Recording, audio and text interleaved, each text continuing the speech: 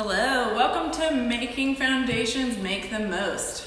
We are here today, it's Tuesday or Wednesday, it's Wednesday, and we are talking about bookmaking. I wanted to check in with you guys about your tinfoil boats, not to be forgotten. On Friday we've got a competition about our buoyancy challenge. So we'll be using tinfoil and seeing how much monetary value we can get in the boat and still make it float. So don't forget about making your bottoms big and sturdy.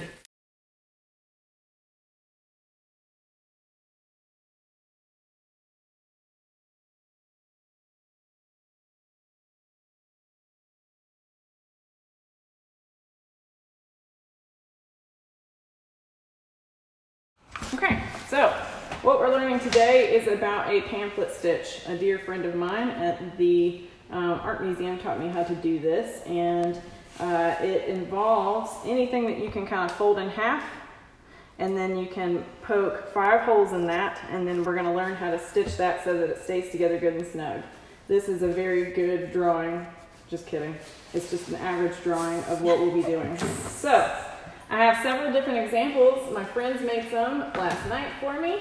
The first of which is just standard paper. They had folded their paper in half though, and so doing that, they've made little pockets in their books, which is super cool because you can stick fortunes from fortune cookies in there, little leaves, little bugs, whatever kind of creepy things you like to collect.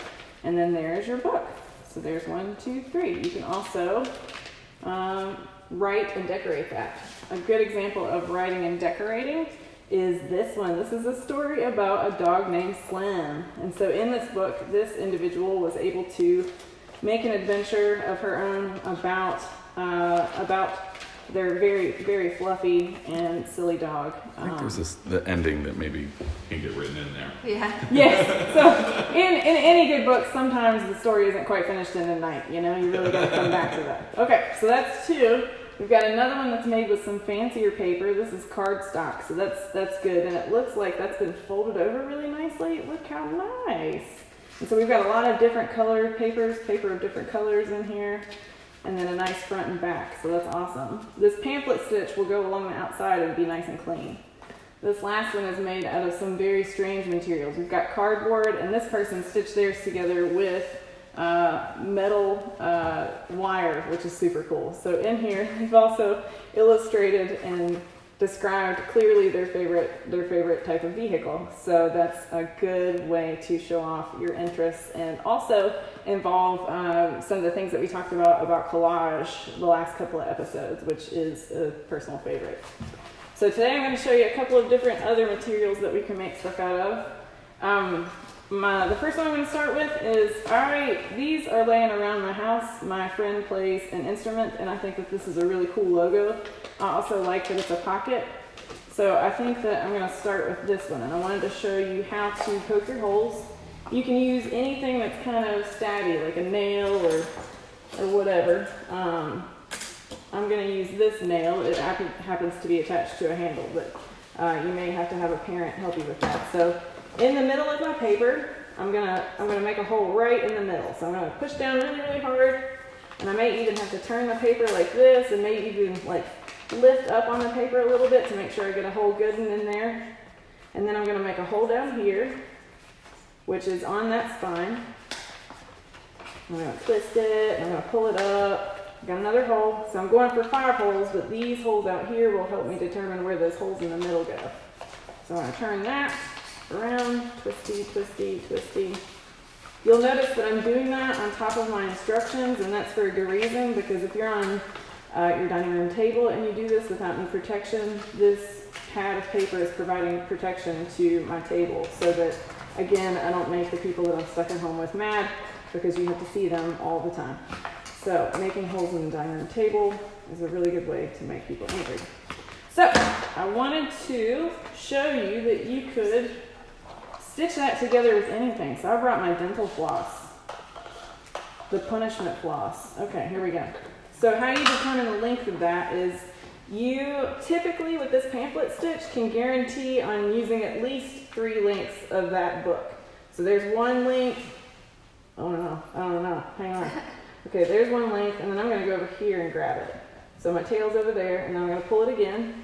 That's 2 lengths. I'm going to go over here and grab it again. That's 3 lengths. It's minty, it's nice. And then I'm gonna cut it. I'm gonna stick this little tail in a clip. By the way, you need clips. So you can use clothespins, you can use paper clips, you can use whatever you can find that'll hold your papers in place. So now we can see that you can kind of see through my holes. What about a piece of tape? You can use tape. So you'll want to hook the tape over. You'll also want to make sure that it's not tape that's going to rip your paper when you're done, because that will cause sadness as well. So we're going to go in through the middle. And again, I'm using dental floss because I just want everybody to be able to participate here. Not everybody has a needle and thread. Some people do. I don't know. You might not. If you do, it'll make your job a whole lot easier. The very next thing that we're going to do is from the outside of the book, so we're calling that the spine. So eventually this book is going to look like this. So from the outside spine, I'm going to go back in through this hole, and my holes are nice and big because I used a big fat nail. And the floss will provide. There we go. All right, there's the second hole. So then we're going to go back in through this top hole. We'll call that hole number, let's call it number 5. We could call it number 1, but 5 makes more sense because we're looking at the bottom of the book right here. So we're going to stab that through. Got to get the little paper fluffies out of the way. And my sticky fingers. Just a second. Yeah, because the floss is sticky. Yeah, the floss is covered in wax, which is really cool when you're flossing. Because I don't know if you've ever used anything that isn't covered in wax to floss your teeth. It's not super comfortable. But the cool thing about the wax covered floss is that it's very similar to what's actually used to bind books. And, oh goodness, we've got a visitor. I hope he comes over here. So now that we're on the outside of the book on our hole number 5, oh look, it's a friend. We're going to go back in through hole number 4. So hole number 4. This is our shop mascot. This is Maker Bayfield, evidently named after a sports figure of some sort. All right, let's see. We're gonna go back in through. So we're skipping hole number 3. We're just gonna skip it all together. We're just not even gonna use it. And we're gonna go in through hole number 2, out through hole number 2. We're gonna go in through hole number 1. Here we go. Here we go. Here we go. The floss will provide. If the floss does not provide, you can cut a new tip on the floss. And for some magical reason, that makes all thread like new again, and they're like ready to go for the day. So, I gave that piece of advice to Elsa yesterday. She was trying to get her string through, but it was fraying. did it work? And it worked. I said, sometimes you just gotta You cut a know, new end. right now we just don't really want to stick things in our mouth. My mom taught me a trick of sticking it in your mouth and getting it slobbery, and then Yeah. touching it again. And now's not the time. Hello, buddy. He doesn't hate me. He's just naturally that skittish. We're actually really good friends off camera. I hope that you come to share your hair. Okay, so cool. So we went back in through hole number 3. And we're going to come back through. Now, I want to straddle this middle cord. Maker, can you help me? Okay, so we're going to straddle this middle cord. And then I'm going to let this go. Let my floss go. And we're going to tie this in a knot. And then we're going to have a book, folks. We have a book. You can write things in it. You can not write things in it. You can mail it to someone, because I'm pretty sure paper is fine to go through the mail. The mail is still running. This is wonderful, wonderful news. If you're running through your social distancing snacks really good and really fast, a lot faster than projected, you can also use the cardboard containers from that. Look, we have a book. And here we go. Here is a book. Is that a pocket book? This is a shoot! We have a pocket book, and look, we've got this in here. So I still have 2 folders for tiny little secrets. Tiny little secrets right here. Okay, so that's a book. There we go. Next book we can make out of strange fabrics. I have a conglomeration of strange fabrics here. These are old sheets. I cut them up because who wouldn't do that? And I've got fabric here, so this is one. I'm gonna come back to that. I really wanted to show you this weird leaf thing because this is a really awesome experiment for that. So I took a bunch of, I think these are iris leaves, I don't know, plants, and I knocked holes in it. So I've got 3. So instead of doing 5, I'm gonna do 3 leaves, or 3 holes. I'll stick it right through that middle. I'm gonna do the trick. Thank you, maker. You have these scissors, buddy. Thanks. Okay, so we're gonna shove that through there. Is it silly to make a book out of leaves? Absolutely. But, you know, why would you, you know, what are you gonna do? Yeah. What are you gonna do? It's rainy. Go get some wet leaves. Get your pet guinea pig. Have him help you make a book. These are how we stay healthy right now. This is how we stay healthy. So I'm using that dental floss again. Little bit difficult, but I'm not gonna say it's impossible because anything is possible. All right, and then I'm gonna take this end and I'm gonna send it through the other end.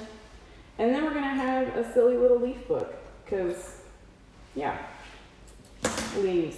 You know, when someone just says, leave me alone, and you don't believe me, you'd be like, I'm gonna give you this book, and not really mean it. Leave me alone. Here we go, here we go, here we go. Almost got that third one. Just kidding. Now, if you have a needle, I suggest that you use it, but I'm pretending like no one has a needle. Yeah, the needle definitely makes a huge difference. It sure does. Oh my goodness, oh my goodness, oh my goodness. So right here, I'm just gonna kind of make this up because I didn't follow my normal stitch. I'm winging it. I'm making the most out of what I've got here at the Making Foundations Maker Mart. And I'm gonna tie it. I'm just gonna tie it right here. I think that you guys can come up with something far more elaborate than that. But I guarantee you that if you send someone a leaf book in the mail, even if it doesn't last, they're gonna leave you alone. Let's see. It's almost like those glitter bombs. Okay, so we have page number 1, page number 2, page number 3. You can write yourself a dialogue, it doesn't matter. Okay, next book. I have a manila envelope. And showcasing just different materials. I used an old calendar, stuff like that.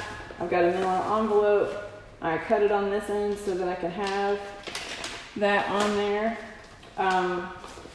These are just the different ways that you can make books. Here again is the directions to that. I also brought some fabric in so that you can make fabric books. So I pointed that, and so I'll be sewing that along the edge to kind of make a half moon. This is my favorite one, and then we got to talk about what's happening tomorrow. This is a food bag that I ate out of, and prescription bags, and so I left them so they're like little pockets. So you can sew those together to make a book.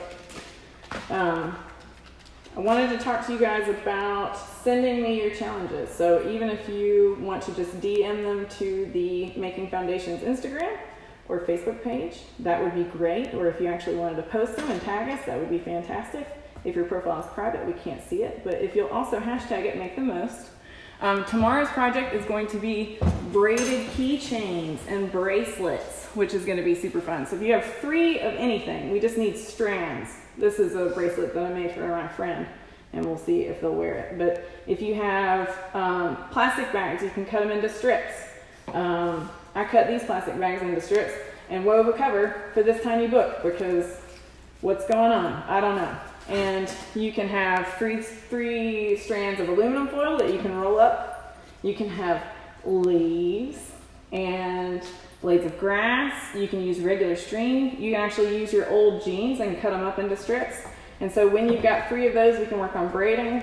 You can add more, and I can teach you how to kind of work those in. But I think that making braided keychains and bracelets is going to be the best thing for us to do tomorrow. So send me your books.